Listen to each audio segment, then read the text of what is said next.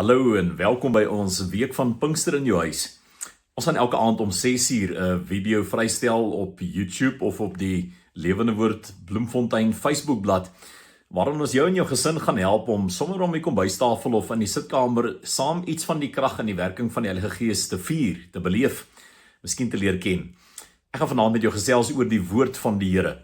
Die woord van die Here, en dit is die woord wat ons lees in baie spesifiek die Nuwe Testament wat vir ons Nuwe Testamentiese gelowiges geskryf is, maar ook gedeeltes uit die Ou Testament gebruik om die werk van die Heilige Gees te vier en die werk van die Gees te beleef en te verwelkom in ons eie lewens. Die woord van die Here word na verwys as deel van die werk en die uitstorting van die Heilige Gees. Alhoewel ons dink aan die woord van die Here as die Bybel, die hele Bybel, is die woord van die Here eintlik lewend. Wanneer die Gees van die Here kom, word dit lewend, word dit meer as 'n Bybel, meer as 'n boek wat ek besit, meer as iets wat ek net kan oopmaak en lees. Die woord van die Here gebeur. Die Bybel ontvang ons, die Bybel besit ons, die Bybel kan ons lees, maar die woord van die Here gebeur. Miskien is 'n ander manier om te sê dat die Bybel word gelees, maar die woord van die Here manifesteer. Nou, 'n groot deel en 'n basis van die woord is in die geskrewe woord. 'n Ander deel daarvan is in die lewende woord, dit is Jesus self. Die werkbaarheid en die toepaslikheid en die praktiese deel, die ervaring van die woord van God gebeur deur die uitstorting van die Heilige Gees. Miskien wil julle vanaand deur Efesiërs 6 lees. Nou, Efesiërs 6 is 'n gedeelte wat Paulus skryf wat bekend is as die wapenrusting van die Gees. Dit is vir ons geskryf om onsself mee toe te rus en te bemagtig en onsself standvastig te hou in die tye waarin ons leef, in ons Christendom en in ons verhouding met Jesus Christus. 'n Gedeelte van die lering daar, vers 17 sê, en neem die helm van verlossing en die swaard van die Gees. Die helm van verlossing en die swaard van die Gees, dit is die woord van God. Paulus sê dat die woord van God is soos 'n swaard in die Gees. Ek is baie lief vir swaarde en messe en die klas van goed, soos meeste van ons is, en ek het 'n versameling van messe. Ek is lief om dit bymekaar te maak en ek het so 'n paar van hulle toevallig hier in my studeerkamer. Een van hulle is 'n mes wat my broer en my swaar vir my gegee het jare gelede op my 40ste verjaardag. Dis 'n pragtige mes wat met die hand gemaak is en 'n besondere stuk kunswerk. Ek gebruik dit nie graag nie, ek het dit versamel en ek sluit hierdie een in die kluis toe, omdat dit 'n baie duur mes is en 'n kosbare versamelstuk is. Ook iemand se naam ingegraveer hier wat dit spesiaal met sy hande gemaak het. Dit het vir my gegee het as 'n geskenk deur my broer en my swaar.